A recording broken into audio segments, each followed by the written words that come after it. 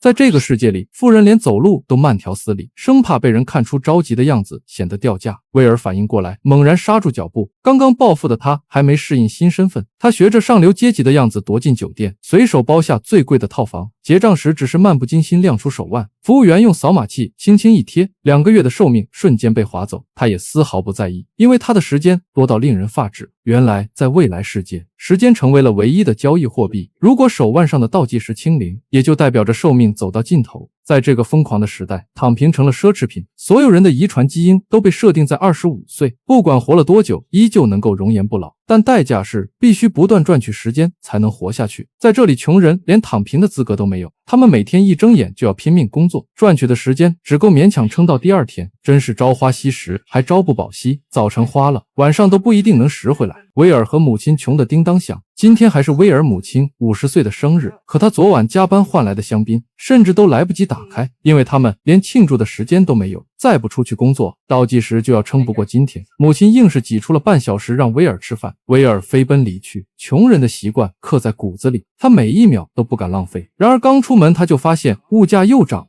一杯最普通的咖啡都要4分钟，这让威尔工作更加不敢懈怠。但刚刚我算了一下，有点破防。库迪的咖啡9块9，那么算下来1小时等于时薪150，如果一天工作8小时，也就是月薪3万6。原来穿越到那个世界，我连威尔的日子都过不上，有点破防了。街角蹲着一群赌命的人，他们围成一圈掰手腕，输的人当场被划走时间，赢家则多活几天。有人数字归零倒在地上，但大家都习以为常，没有人多看一眼。下班后，威尔去贫民窟酒吧找朋友，朋友已经喝得烂醉，醉醺醺的指着角落里一个男人，告诉他酒吧来了一位100年时间的富豪。这个朋友叫布莱尔，我是预言家，我预言他要是再不戒酒的话，就会因为酗酒死掉。但显然威尔此时的好心肠没用在提醒朋友上。威尔走上前提醒富豪说，这里是贫民窟，你的时间会带来危险。没想到话音刚落，一伙时间强盗冲了进来，他们的目标正是这个100年时间的男人。威尔决定好人做到底，拽住男人从后门厕所翻出去，一路逃进废弃的飞机工厂。等到危险解除，威尔才开口发问，疑惑男人为什么要从富人区来到这儿，是不是嫌自己活得太久了？富人苦笑着告诉他，确实是这样，自己已经无法感受生命的意义，还告诉他一个上层人才知道的秘密，贫民区的物价之所以不断上涨，是因为时间资源是有限的，富人们想要永生，就得让穷人死得更快。 Why do you think there are time zones? Why do you think taxes and prices go up the same day in the ghetto? The cost of living keeps rising to make sure people keep dying. How else could there be men with 1,000,000 years while most live day to day? But the truth is, there's more than enough. No one has to die before their time. 富豪忽然问这个为生存奔波的年轻人，如果你拥有100年时间会做什么？威尔嘴角扬起一丝苦笑，说那样就不用总是盯着时间看了。这句简单的话让富豪陷入了长久的沉默，两人就这么坐着睡了一觉。到了早上，富豪悄悄来到威尔身边，将自己的100多年都送给了他，这才是真正的现实版。如何一句话让富豪给我100万？这样的霸道富豪多来点好吗？谢谢。富豪给自己留了最后5分钟，在这短暂的时光里，他望着初升的太阳，脸上浮现出多年来未曾有过的平静。威尔醒来时，发现富豪已经不见踪影，手腕上的数字突然变成了一长串。他握紧突然充盈的时间储备，首先找到了曾经接济过他们家的好友，毫不犹豫地划给对方10年光阴。没想到这个举动让他后悔了一辈子。接着他精心挑选了一束鲜花，来到母亲每天下班的公交站台，准备给操劳半生的母亲一个惊喜。想必威尔就曾经认真规划过，如果彩票中了100万该怎么花。然而命运总是擅长黑色幽默，母亲刚刚用大部分时间支付了房屋贷款，只留下勉强够回家的余额。偏偏这天公交车费毫无征兆的翻倍，车上乘客面对他的求助全都无动于衷，母亲只能拖着疲惫的身躯向家奔跑。站台上的威尔一直等到末班车离开，却始终不见母亲的身影，不安在心头蔓延。他朝着母亲可能走过的路线狂奔，昏暗的街道上，两颗牵挂的心在夜色中向着彼此靠近。时间和金钱固然重要，但这都无法比拟至深至爱的亲情。但时间这个最残酷的裁判，最终让母亲在触手可及的距离停下了脚步。她倒下的瞬间，手腕上的数字刚好归零。威尔赶到时，只来得及接住母亲逐渐冰冷的身体。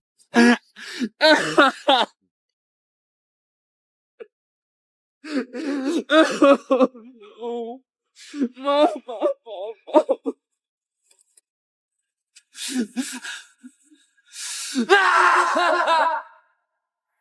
母亲在去世前见到了儿子，而他也终于脱离了苦海。但这也告诉了我们两个惨痛的教训：首先是快没钱的时候，一定要看看自己的自动扣款开没开；其次，跑步的时候记得穿运动装，非必要情况别穿裙子和高跟鞋。另一边，时间警察找到了富豪尸体，威尔被误认为与富豪死亡有关，他成了警方通缉的对象。而为了报复那些设定时间规则的富人，威尔毅然决然地向富人区出发。通往富人区的路上关卡重重，每过一道检查站都要支付惊人的时间费用。这些剥削让威尔的眼神越发锐利。然而他下车就习惯性的奔跑，吃饭时仍保持着狼吞虎咽的习惯。这些贫民窟的本能举动自然引起了路边一个女孩的注意。西维亚哪见过这种糙汉文学里的帅哥？威尔稍显粗莽的举动让他移不开眼。威尔径直走向最豪华的赌场，那里正在进行一场豪赌。赌桌中央坐着时间银行的行长，一个拥有9000年寿命的巨头。威尔沉着应战，凭借精准的计算和过人的胆识，最终赢走了行长1000多年的时间筹码。出乎意料的是，行长非但没有动怒，反而对这个来自底层的年轻人产生了兴趣，热情邀请他参加当晚的私人宴会。更让人意外的是，白天注意到威尔的西维亚此刻站了出来，原来他就是行长的千金。为了这场宴会，威尔不惜花费60年时间购置顶级豪车。夜幕降临，他驾驶着流光溢彩的跑车驶入行长的私人庄园，包括西维亚在内的3位美女上前迎接。虽然3人看起来简直像3个姐妹，但她们分别是行长的母亲、妻子和女儿，这给我一种家里排辈分，我得叫刚出生1个月的小孩姑姑的奇怪感觉。有钱人不会被时间夺去生命，时间也不会在他们身上留下任何痕迹。宴会厅内，西维亚穿过人群找到了威尔，他早就看出威尔来自贫民区，却意外的羡慕他那自由自在的生活方式。富人的永生带来的不是幸福，而是无尽的空虚。所有人都小心翼翼地遵守规则，活了几百年，却从未真正活过。威尔其实内心是无语的，但是也知道未经他人苦，莫劝他人善，就直接拉着他来到别墅外的海滩。夜色中的海浪不安地翻涌，海风带着咸湿的气息。威尔脱掉了上衣，他的身材把西维亚瞬间迷住了。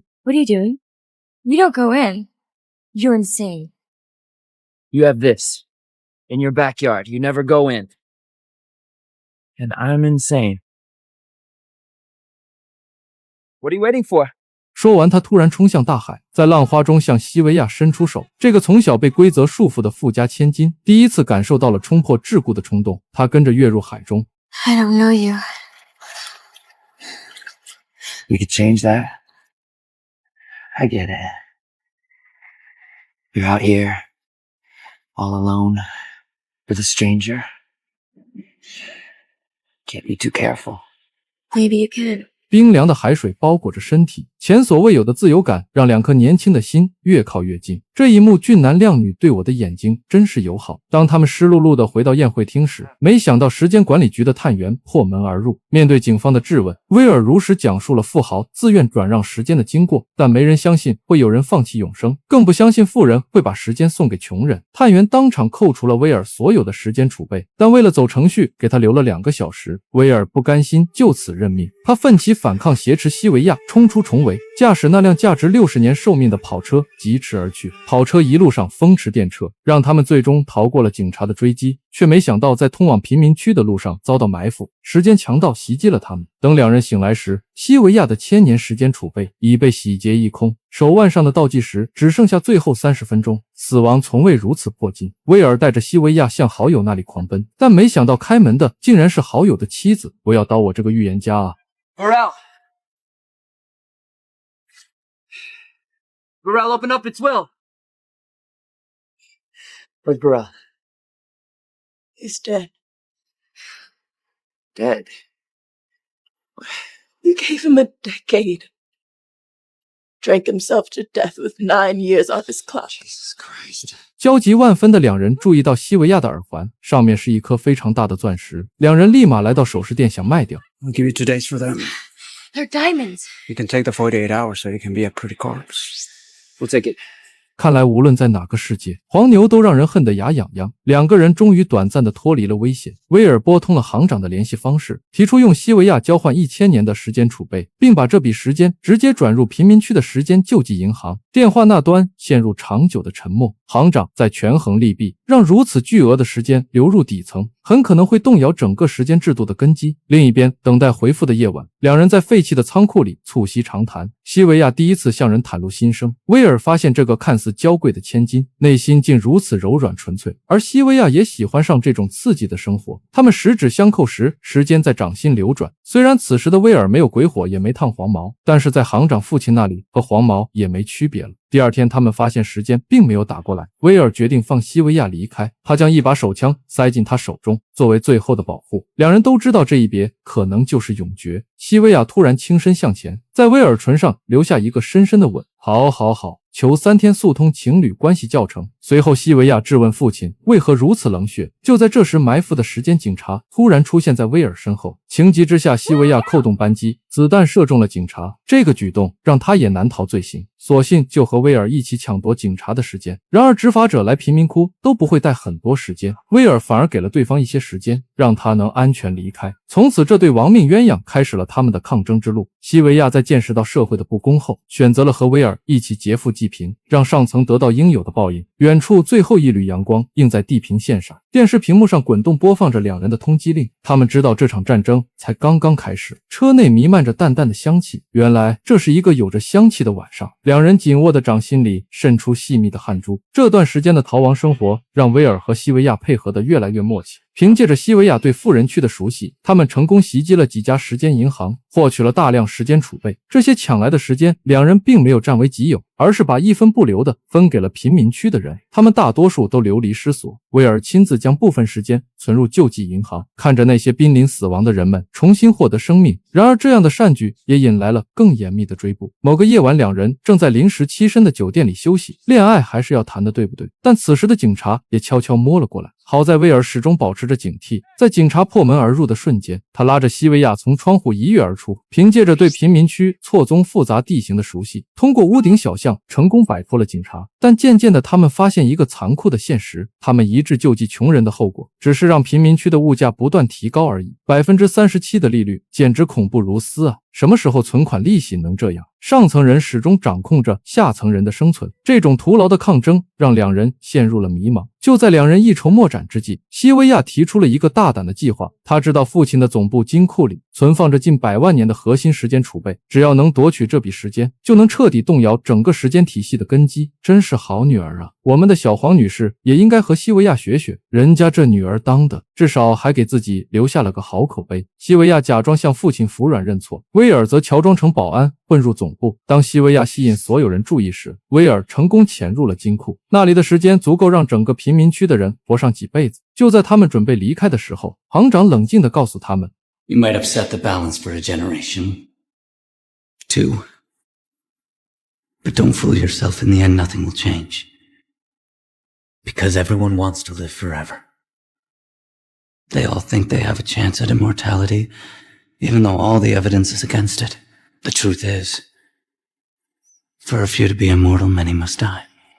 威尔好似被撕开了伤口，用枪死死抵着行长，手指扣在扳机，微微颤抖。他望着这个掌控时间帝国的男人，突然意识到自己内心深处的矛盾。他既渴望让母亲获得永生，又痛恨这个制造不平等的时间体系。当然，母亲死了不能复生。最终，他夺走了行长的防弹车钥匙。街道上警笛声四起，时间警察的车辆紧追不舍，每个路口的关卡都在消耗他们的时间储备。当贫民区出现在视野中时，威尔将抢来的时间全部注入了救济银行。追捕的警察很快包围了他们，两人在混乱之中逃了出来。就在他们打算去居所拿备用时间时，警察在半路拦住了两人。他们并没有慌张，反而觉得幸运，因为想要抓捕他们，就要先给他们续命。这时警察也突然想到了什么，低头看向手腕，却已经来不及，他的生命就剩了5秒了。警察倒在了两人面前，而他俩低头一看，自己的时间也所剩无几。威尔突然想到警车上一定有时间储备，两人立马开始为命运奔跑。威尔先一步跑到了车子里，当他砸开车窗拿到时间储备时，西维亚的倒计时已经进入最后10秒。就像曾经那个遗憾的夜晚，又是一个路口，又是最爱之人。他们的手掌都伸向彼此，两人再次隔着马路奔向对方，但这次威尔在最后一刻将时间注入了西维亚的手腕。夕阳的余晖中，两人紧紧相拥，劫后余生的喜悦让这个拥抱格外用力，拥吻的时刻更加热烈。不过现在我要来破坏氛围了，我对这个场景的评价是，女主的脚就像钢铁做的一样，怎么会有人穿着10厘米高跟鞋还能在凹凸不平的路上跑得那么快？这一场戏下来要受多少工伤啊！另一边，这场时间革命带来了短暂而剧烈的社会变革，成千上万的平民第一次拥有了足够的时间储备，他们纷纷涌向富人区，阶级壁垒在那一刻轰然倒塌，街道上挤满了获得新生的面孔。但这种混乱的平等能持续多久？没人能够断言。时间规划局构建了一个令人惊艳的科幻世界观，用寿命代替货币，将资本主义的剥削本质赤裸裸地展现出来。它将资本主义追求的利润变成寿命。在这个世界里，底层人民被迫用生命换取生存，永远困在温饱线上，没有余力思考未来，而权贵们则坐拥无尽时光，推动着文明发展，却对挣扎求生的民众视而不见。然而正如我们所知的一样，世上没有完美的体系，之后必然是再一次的轮回。可惜这样深刻的主题被拍成了7分的剧情，电影停留在表面动作戏码，没能深入探讨这个设定背后的社会学意义。如果交给更有野心的创作团队，本可以成为一部发人深省的杰作，而不是沦为又一部爆米花电影。当然